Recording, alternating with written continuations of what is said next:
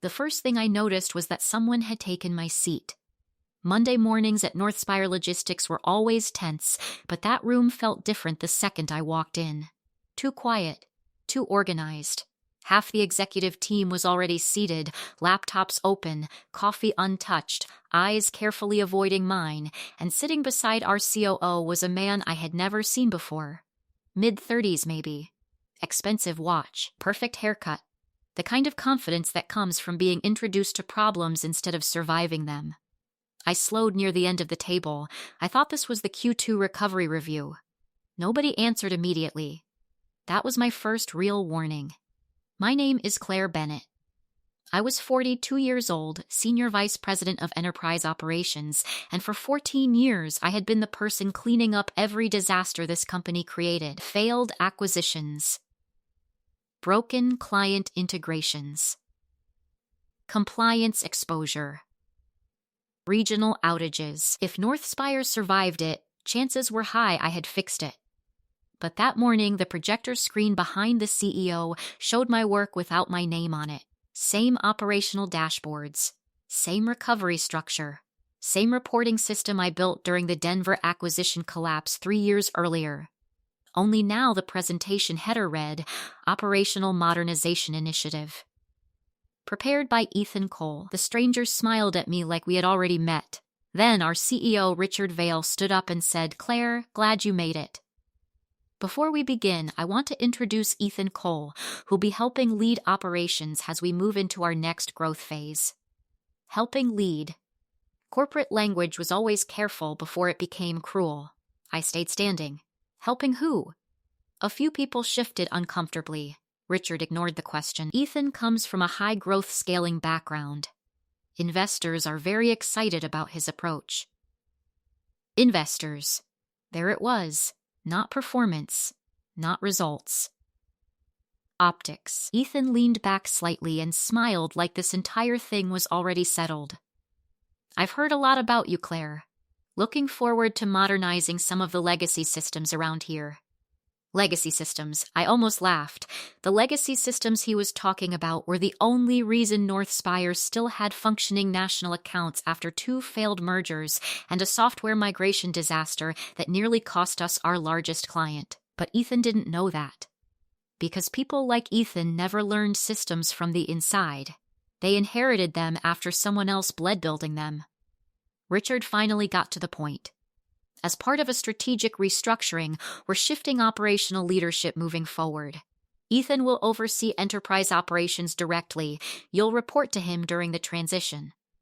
The room went completely silent. Not shocked silent, careful silent. HR slid a folder toward me across the polished conference table. Inside was a revised compensation agreement. Board access revoked, executive voting authority removed, equity acceleration paused, compensation reduced. Reporting structure changed effective immediately. I read every page without reacting. That seemed to bother Richard more than anger would have. He leaned forward and softened his voice like he was doing me a favor. Claire, this gives you the opportunity to focus on execution instead of leadership administration. Execution. I had spent 14 years carrying this company through operational disasters executives created, while they smiled through investor presentations pretending stability happened automatically. And now they were handing me to a man who probably thought logistics was mostly PowerPoint slides and airport lounges. Ethan started talking about streamlining approval chains. That was when I understood how dangerous this really was. Because the systems he wanted to streamline weren't simple corporate processes. They were layered emergency controls built after years of catastrophic failures. Half of them existed because clients stopped trusting leadership long before they trusted me. Nobody in that room understood how much of Northspire's infrastructure depended on undocumented operational relationships sitting quietly inside my department. I reached the final page of the packet and stopped. Paragraph 14. Material reduction in executive authority. Immediate release from restrictive retention obligations. I almost smiled. 2 years earlier, after cleaning up another executive disaster, I negotiated protection language into my contract. If the company substantially reduced my authority, my non-compete restrictions disappeared. Richard clearly forgot it existed. Or worse, he assumed I'd never use it. What nobody in that room knew was that 3 weeks earlier, I had already signed a confidential executive agreement with Northspire's biggest competitor. I had seen the instability coming months ago. This meeting only confirmed I was right. I closed the folder carefully and stood up. "I'll have legal review this," I said calmly. Richard nodded like he still thought he controlled the conversation. "Take a few days. I'm sure we'll work everything out." But the meeting was already over for me. As I walked out, I heard him quietly tell HR, "She'll come around." I kept walking toward the elevator without looking back, because they didn't understand the truth yet.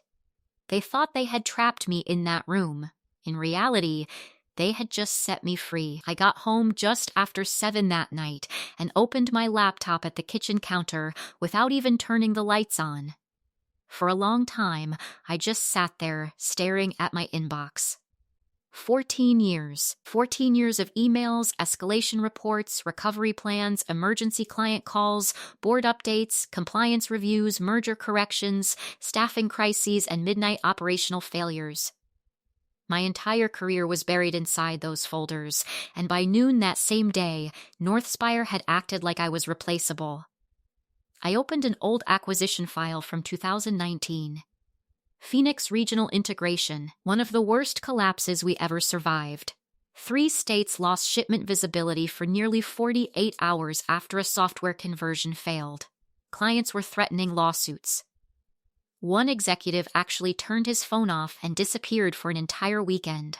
I stayed awake for 36 straight hours, rebuilding emergency routing with regional managers, while Richard Vail gave interviews promising investors that operations remained stable. That was Northspire in one sentence. I fixed problems. Executives took credit for surviving them. The truth finally became impossible to ignore that night. My demotion had nothing to do with performance. It was about image. Northspire was preparing for a major investor expansion push, and people like Richard believed aggressive personalities sold better than operational discipline. Ethan looked good in conference rooms. He spoke in clean headlines investors liked hearing. Scale aggressively. Reduce friction. Increase efficiency. People applauded phrases like that when systems were functioning.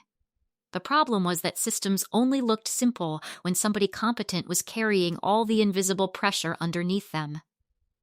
I leaned back in my chair and rubbed my eyes. There were years of things nobody knew. Missed holidays, canceled surgeries, flights home delayed because a regional outage suddenly exploded at midnight. I once spent Christmas Eve inside a Chicago operations center because a warehouse integration failure threatened 3 national retail contracts. Richard sent a thank you email 2 days later. No bonus, no public acknowledgement, just great teamwork. And still I stayed. Because I believed stability mattered. That was probably my biggest mistake. Around 9 that night, my phone buzzed. An email notification. From Ethan. Company-wide announcement. He called the restructuring an exciting modernization effort and described several operational safeguards as unnecessary approval bottlenecks. I read the message twice in disbelief.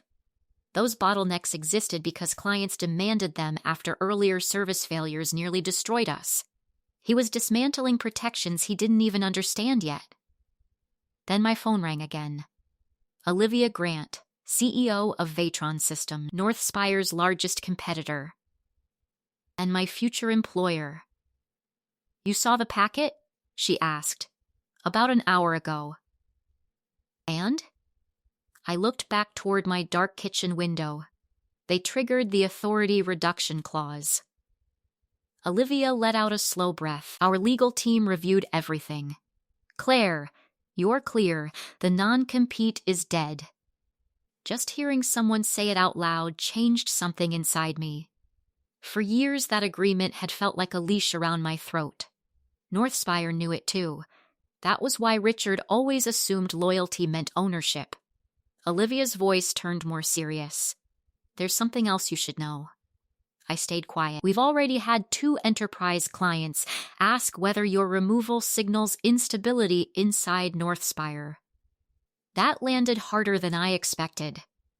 Not because I was surprised, because I realized how far my influence actually reached beyond the building I had just left. Clients were paying attention. They trusted me more than the executives running the company, and if they were already nervous, this situation was bigger than a demotion. Northspire wasn't just replacing me. They were quietly destabilizing relationships worth hundreds of millions of dollars, and the people responsible still thought the problem was my ego. I submitted my resignation at 8:12 the next morning. No emotional speech, no dramatic exit meeting, just a short formal email to HR, legal, and executive leadership confirming my immediate resignation under the Material Authority Reduction Clause outlined in my contract. Richard called me less than 3 minutes later. I let it ring twice before answering. "Claire," he said carefully, suddenly sounding much less confident than he had in the boardroom. "I think we should slow down and discuss this. There's nothing to discuss. We weren't expecting you to resign." That almost made me smile. Because that was the real problem. They thought humiliation automatically created obedience.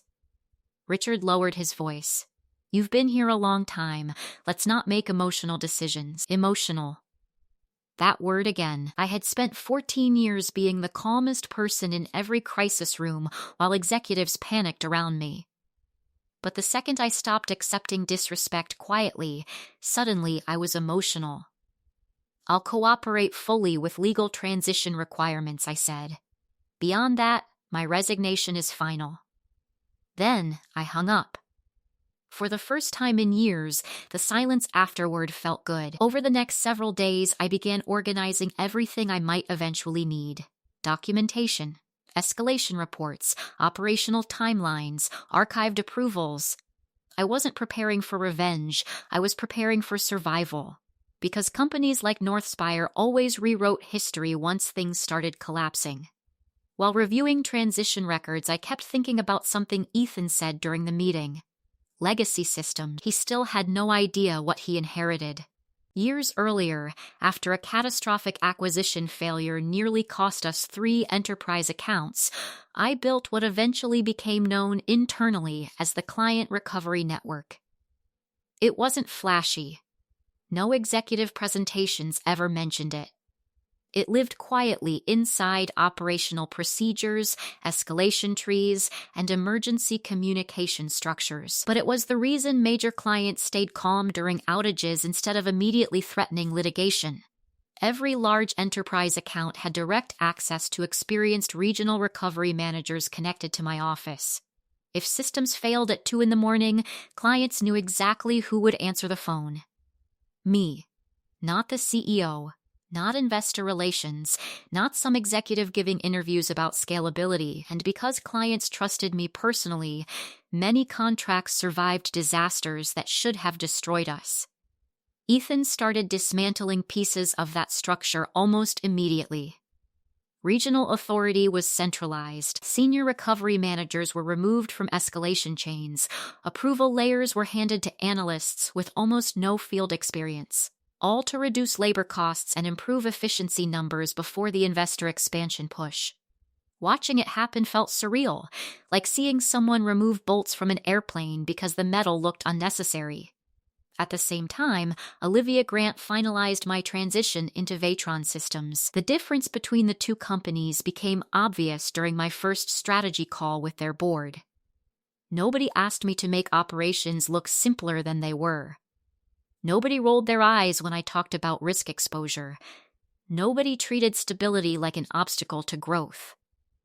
After the meeting, Olivia stayed behind on the call. "There's something you should know about Ethan," she said. I leaned back slightly. "I'm listening." "He's developed a reputation in private equity circles. Strong short-term numbers. Weak long-term durability. That tracked perfectly. People like Ethan looked brilliant right before systems failed." A few days later, I met privately with legal counsel to confirm every step of my exit remained clean. I refused to take confidential data or interfere with Northspire's operations. If they collapsed, it would happen because of their own decisions, not because I sabotaged anything. Then I heard about the expansion contract, 6-week rollout, national launch, investor-backed. Internally, Northspire executives were telling everyone the operational foundation was already stable enough to scale aggressively. I stared at the email update for a long moment, because I knew exactly what foundation they were talking about, and Ethan was dismantling it piece by piece. That afternoon, I sent my final resignation confirmation effective immediately. For the first time since the demotion meeting, I felt something close to certainty. Northspire wasn't heading toward instability anymore. It was already inside it. The tone of Richard's voice changed completely after my resignation became official. The same man who publicly stripped my authority suddenly wanted compromise. 3 separate calls came in before noon. Then HR emailed requesting a temporary transition partnership. Then legal asked whether I would consider remaining available as a consultant during the expansion rollout. I declined all of it. Politely, professionally, completely. They triggered the contract clause themselves. I fulfilled every required transition obligation. Beyond that, I owed them nothing. Still, the shift was fascinating to watch. 2 days earlier, they treated me like dead weight. Now they sounded nervous. Internally, Northspire tried controlling the story fast. Ethan hosted a leadership call describing my departure as a strategic evolution away from legacy dependency. That phrase spread through the company immediately. Legacy dependency, like operational stability, was some outdated emotional weakness. HR distributed talking points saying I had simply chosen another opportunity aligned with my long-term goals. Nobody mentioned the demotion. Nobody mentioned the restructuring. Nobody mentioned that investors were already quietly asking questions. Meanwhile, I officially started onboarding with Vetron under strict confidentiality restrictions. Olivia suggested I take a short transition leave before stepping into the public side of my new role, which gave me time to breathe for the first time in years. And during that quiet period, my phone never stopped buzzing. Regional directors from Northspire called constantly. Not for gossip, for reassurance. One manager in Dallas admitted approval delays were already affecting recovery response times. Another said Ethan replaced experienced escalation leads with analysts who had never handled live service failures before. A Chicago operations director told me nobody knows who's allowed to make decisions anymore. That was the first real sign of collapse. Confusion, not explosions, not dramatic disasters, just small operational hesitation spreading quietly through systems that depended on trust and speed. I never interfered, never advised them directly, never crossed a legal line. Instead, I focused on protecting myself. Every warning email I ever sent was archived carefully. Every escalation report, every operational recommendation leadership ignored. I created timelines, organized documents, and preserved records because I knew exactly how corporate panic worked. Eventually, someone would try blaming me. And when that happened, I wanted facts ready before emotions entered the room. At Vetron, Olivia slowly introduced me to major enterprise clients during strategy sessions and operational reviews. What surprised me wasn't how many clients already knew who I was. It was how openly they admitted why they stayed with Northspire. One manufacturing executive said it directly during a meeting in Atlanta. "Honestly, Claire, we trusted you more than the company." He said it casually, like it was obvious. Another client privately revealed they were reconsidering a renewal agreement after hearing I left Northspire. I stayed careful with every response. No manipulation. No poaching. I simply answered questions honestly about my operational philosophy and my new role. That was enough. Back at Northspire, Ethan became louder every week. He mocked old operational thinking during leadership calls and accelerated staffing cuts even while internal incident reports increased. Richard supported every decision because the investor presentation numbers still looked clean. Shorter response chains, reduced labor expense, improved efficiency projections. On paper, it probably looked brilliant. But operational collapse rarely starts on paper. It starts in silence, in slower response times, in confused managers, in clients waiting too long for answers. One night, close to midnight, my phone buzzed with a private message from someone still inside Northspire. Daniel Ruiz, Senior Compliance Manager. The message was short. You need to know they ignored your escalation reports before the demotion. I saved copies. I read it twice. Then, once more, and suddenly the entire situation became much bigger than office politics. Because if executives buried formal operational risk warnings before restructuring leadership, this wasn't just arrogance anymore. It was exposure. About a month after I left Northspire, the investor roadshow started. You could feel the desperation underneath it immediately. Every business publication in the industry suddenly had interviews with Richard Vail talking about scalable modernization. Ethan appeared on leadership panels explaining how Northspire was eliminating operational friction points to support aggressive expansion.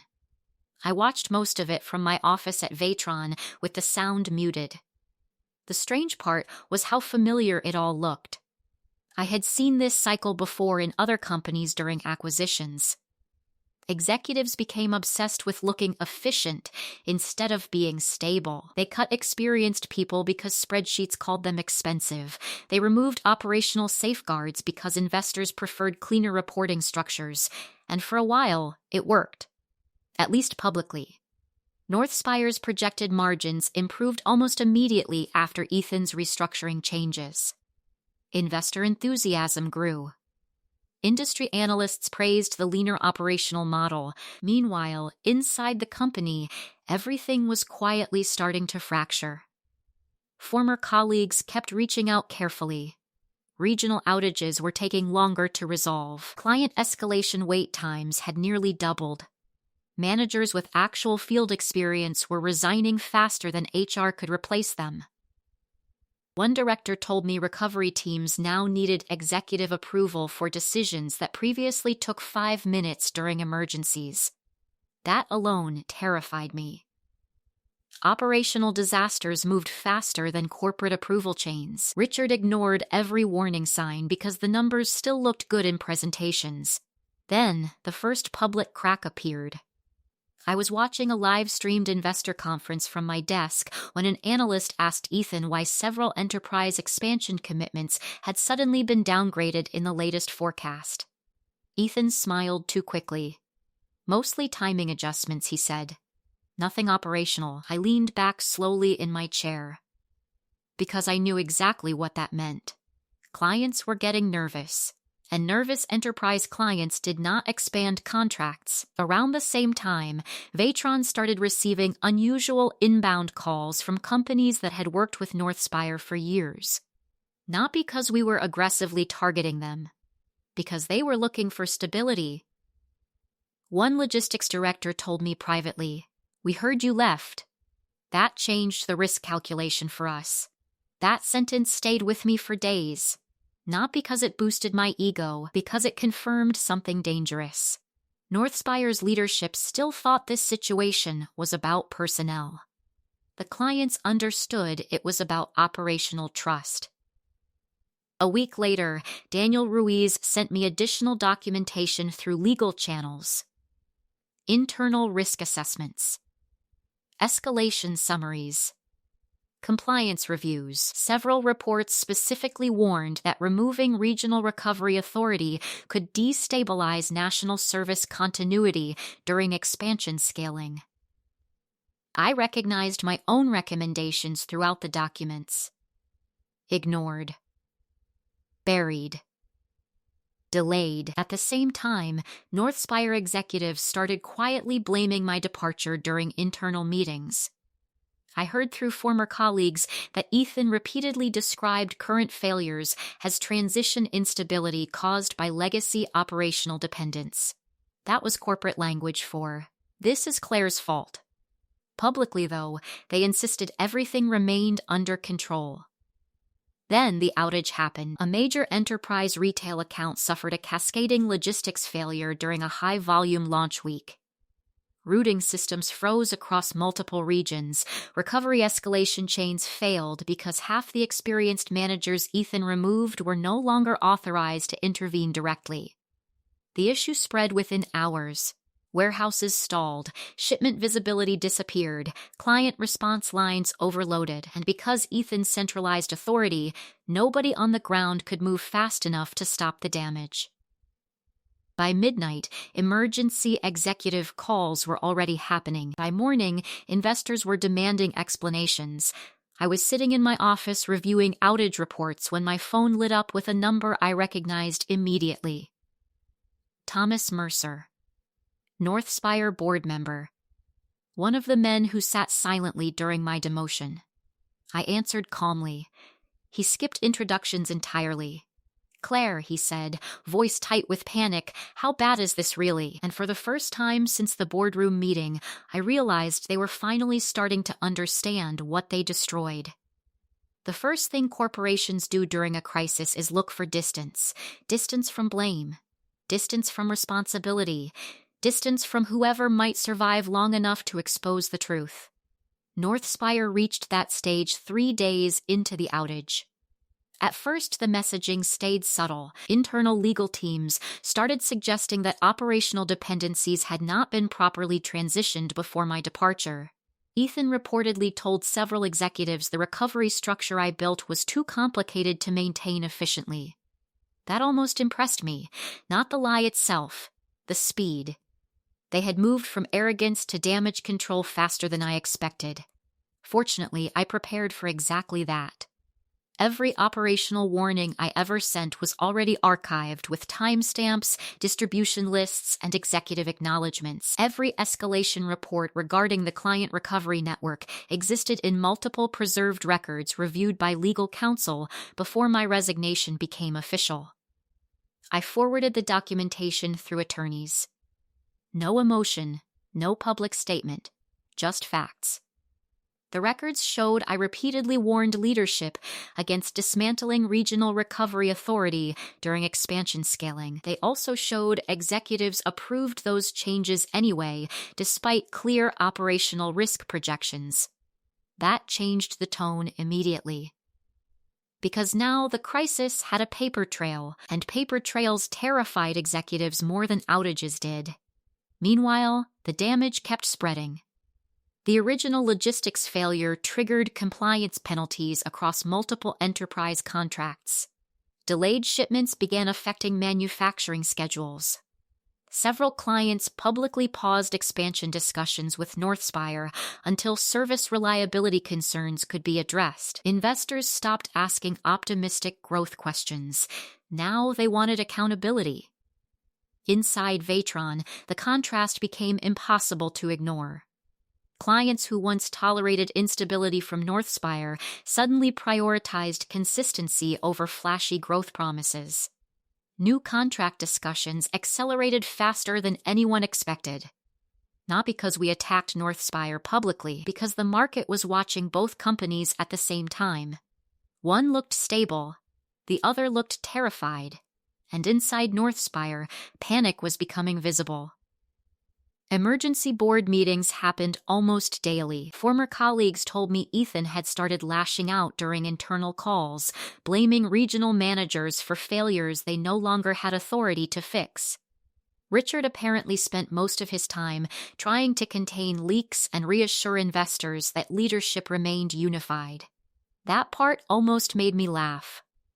Because collapsing executive teams always claimed they were unified right before they turned on each other. Through all of it, I stayed silent publicly. No interviews, no press statements, no social media posts. I simply continued doing my work while legal handled documentation requests. And somehow that silence became more damaging than any attack I could have made. Then, the board uncovered the timing. That was the moment everything truly changed. Executives had demoted me less than 2 weeks after I submitted formal operational risk escalations tied directly to the systems now failing publicly. Governance lawyers immediately recognized the exposure. If investors believed leadership buried known risks while promoting expansion stability, the situation could become catastrophic. 2 days later, I received the call.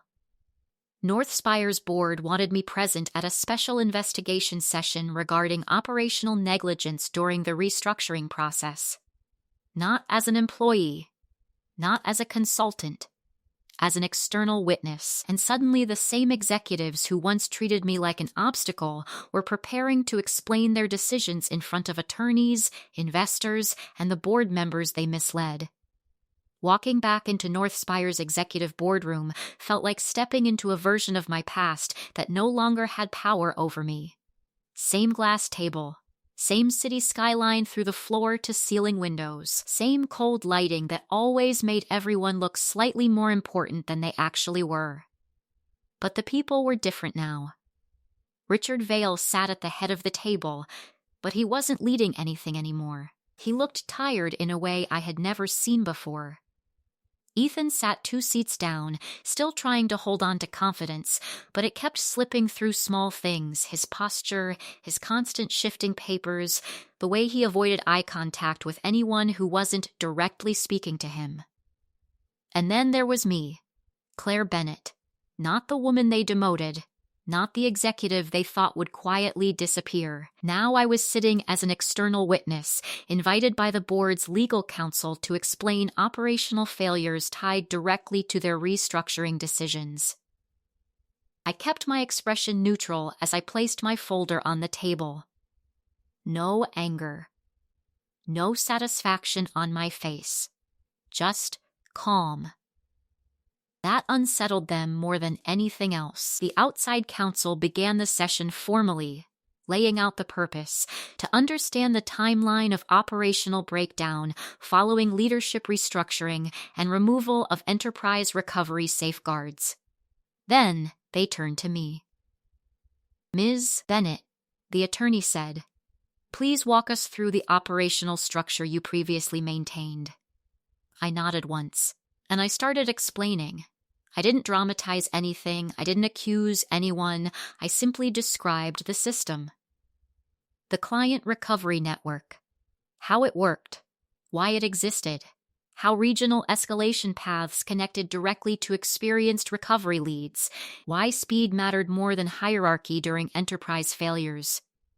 As I spoke, I could feel the room slowly shifting. Because I wasn't describing theory, I was describing what had actually kept the company alive. Then I moved to the changes, how regional authority was centralized, how experienced managers were removed, how escalation approvals were reassigned to junior analysts with no field authority. Each sentence landed heavier than the last. Ethan finally interrupted. "We modernized outdated complexity," he said quickly. "The system was inefficient and expensive." I turned slightly toward him, not aggressively, just enough for him to realize I was about to respond. "That system," I said evenly, "resolved 3 national outages in under 4 hours during your last acquisition crisis. It protected your largest enterprise contracts during failures you were not prepared to manage." A silence followed. The kind of silence that isn't empty. It's loaded. The board members were now reading printed documentation in front of them, my old escalation reports, signed acknowledgments, and risk warnings. One of them finally spoke. "Did the company proceed with restructuring despite these warnings?" Richard exhaled slowly.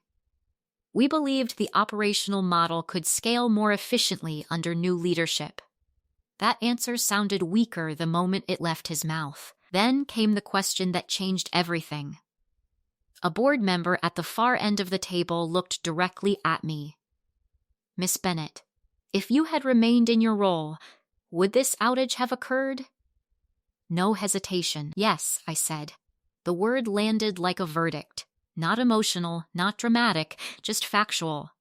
The room went completely still. Even Ethan stopped moving. Outside counsel flipped through documents again, then spoke carefully. There are governance concerns here. These reports were submitted prior to the authority reduction, correct? I nodded. Yes. Multiple times. That was when I saw it, the realization spreading across the board. This wasn't just operational failure. This was procedural exposure. Leadership had received formal risk warnings, then reduced the authority of the person issuing them immediately afterward. That wasn't just bad strategy. That was liability. Ethan tried again, voice sharper now. She's framing legacy complexity as critical dependency. We couldn't scale with that level of... I cut him off for the first time. Calmly. You didn't scale anything, I said. You removed the people who knew how to keep it stable. No one spoke after that because there was nothing left in his argument that didn't collapse under documentation. By the end of the session, the board made its decision. Richard Vale was placed on administrative leave pending investigation. Ethan's employment was terminated effective immediately after he failed to account for missing escalation responses tied directly to the outage timeline. Security escorted him out without ceremony. No speeches, no final defense, just silence. As I stood to leave, I felt someone behind me. HR director. The same one who handed me the demotion packet months earlier. She didn't speak loudly, just quietly said, "I'm sorry, Claire." I looked at her for a second, then nodded once, and walked out of the room. The same room they had used to reduce me, now watching their entire leadership structure fall apart because they misunderstood what actually held it together. A few months later, people started calling Northspire's collapse a governance case study. I never used that word, collapse. But the industry did. The company didn't disappear, but it changed shape completely. Interim leadership took over. Multiple lawsuits followed. Enterprise clients renegotiated contracts or walked away entirely. Investors demanded structural audits that exposed how many operational warnings had been ignored before the expansion push. Meanwhile, Vetron moved in a very different direction. No loud announcements. No aggressive slogans about disruption, just steady growth built on systems that actually worked under pressure. Olivia once told me, "We're not trying to look impressive. We're trying to stay standing when things break." That line stayed with me, because that was always the difference. At Vetron, I wasn't treated like a background problem solver anymore. I was part of the decision-making structure from the start. Full board visibility. Full operational authority. Equity participation tied to long-term performance, not political positioning. For the first time in years, I wasn't fixing broken systems someone else designed carelessly. I was helping design systems that didn't break easily in the first place. Sometimes former colleagues reached out quietly. A few joined us after Northspire's restructuring began. Most said the same thing in different ways. They didn't realize how much stability depended on the people nobody paid attention to. I understood that better than anyone. At an industry conference 6 months later, I saw Richard Vale for the first time since the boardroom collapse. He was sitting alone near the back, no entourage, no confident posture, no controlled smile for investors. Just quiet. Avoiding eye contact. When I stepped onto the stage for a panel discussion on operational resilience, I didn't acknowledge him. I didn't need to. Because the room already knew the story. During the discussion, I talked about something simple. Not revenge, not leadership slogans, just truth. That systems don't fail suddenly. They fail slowly, when the people who understand them are ignored, reduced, or replaced by people who only understand appearances. After the panel ended, I stood backstage for a moment and looked out at the audience. Somewhere in that crowd was a version of my old life, the version they thought they could break by demoting me. But what they never understood was this. I was never the title they gave me. I was the system they depended on without ever learning how it actually worked. And when they removed me, they didn't remove a person. They removed the thing holding everything together. I walked out onto the stage for the final keynote with a calm I had earned the hard way. Behind me, Northspire had already become a warning example in industry conversations. Ahead of me, nothing needed to be proven anymore, because the outcome had already spoken for itself. And this time, they finally understood it too late.